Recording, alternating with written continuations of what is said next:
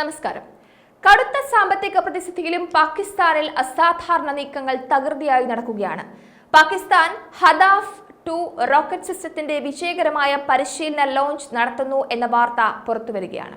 ഹദാഫ് 2 guided multi launch rocket സിസ്റ്റത്തിന്റെ പരീക്ഷണ വിക്ഷേപണം പാകിസ്ഥാൻ വിജയകരമായി നടത്തിയത് ലോകം അതീവ ശ്രദ്ധയോടും ജാഗ്രതയോടെയുമാണ് നോക്കിക്കണ്ടത്. പാകിസ്ഥാന്റെ ആയുധശേഷി മെച്ചപ്പെട്ടു വരികയാണ്. പുതിയ നീക്കം ആ ദിശയിലേക്കുള്ള ഒരു വലിയ ചുവടുവയ്പ്പാണ്. 400 കിലോമീറ്റർ അകലെയുള്ള ലക്ഷ്യസ്ഥാനത്ത് വളരെ കൃത്യതയോടെയാണ് ഹദഫ് 2 റോക്കറ്റ് സംവിധാനം എത്തിയത്. അത്യാധുനിക ട്രാക്കിംഗ് സിസ്റ്റവും അതിന്റെ പാത മാറ്റാനും ചുറ്റിക്കറങ്ങാനുമുള്ള അതുല്യമായ കഴിവുള്ളതിനാൽ വമ്പൻ മിസൈൽ പ്രതിരോധ സംവിധാനങ്ങൾ നേടാനും കഴിയും. ചൈനീസ് സാന്നിധ്യം ഈ ഹദാഫ് 2-വിൽ ശക്തമാണ്. പീരങ്കി സംവിധാനത്തിന്റെ മൊത്തത്തിലുള്ള രൂപകൽപ്പനയും പ്രത്യേകിച്ച് ട്രാൻസ്പോർട്ടർ ഇറക്ടർ ലോഞ്ചറും ഇത് ഒരു ചൈനീസ് വിതരണ സംവിധാനമാണെന്ന് വെളിപ്പെടുത്തുന്നുണ്ട്. പ്രത്യേകിച്ച് ചൈനീസ് നിർമ്മിത വേഷി റോക്കറ്റ് സീരീസുമായി വളരെ സാമ്യം കാണിക്കുന്നുണ്ട്. മുതിർന്ന സൈനിക ഉദ്യോഗസ്ഥരും ശാസ്ത്രജ്ഞരും എഞ്ചിനീയർമാരും ഒക്കെ ഹദഫ് 2 റോക്കറ്റ് സംവിധാനത്തിന്റെ ഫ്ലൈറ്റ് ടെസ്റ്റ് കൃത്യമായി വീക്ഷിച്ചിരുന്നു.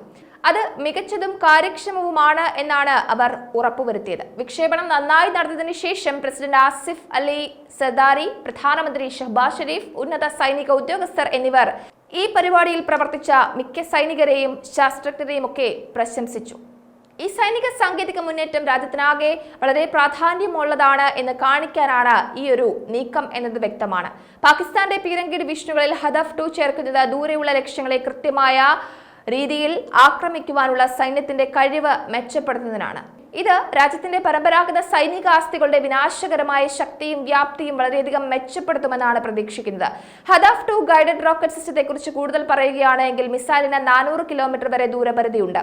കൂടുതൽ ആധുനിക മാർഗനിർദ്ദേശ സംവിധാനങ്ങളുണ്ട്. ഇതിന് വിവിധ കാലാവസ്ഥാ സാഹചര്യങ്ങളിൽ ശക്തമായി തന്നെ പ്രവർത്തിക്കുവാൻ കഴിയും. കൂടാതെ ഇറാന്റെ തന്ത്രപരമായ കഴിവുകൾ മെച്ചപ്പെടുത്തുന്ന വിശാലമായ ലക്ഷ്യങ്ങൾക്കെതിരെ വമ്പൻ വിജയം കൊയ്യുകയും ചെയ്യും.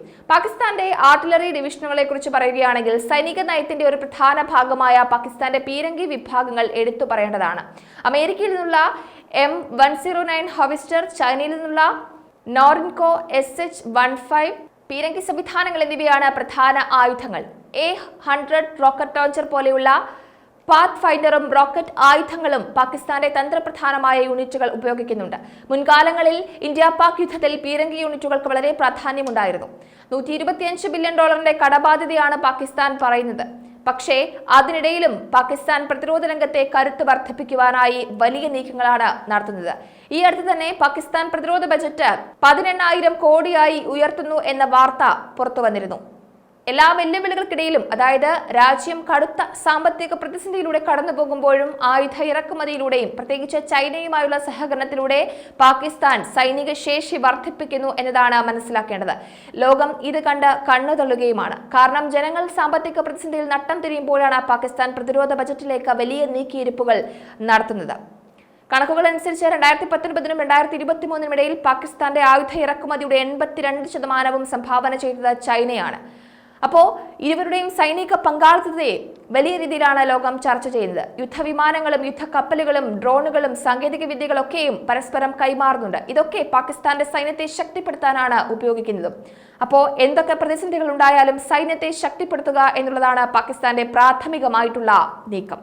പുതിയ സംവിധാനങ്ങളിലൂടെ പാകിസ്ഥാൻ പലതും കണക്ക് കൂട്ടുന്നുണ്ട്. എന്നാൽ ഇന്ത്യ അത്യന്തം ജാഗ്രതയോടെ തന്നെയാണ് എല്ലാം നിരീക്ഷിക്കുന്നത്.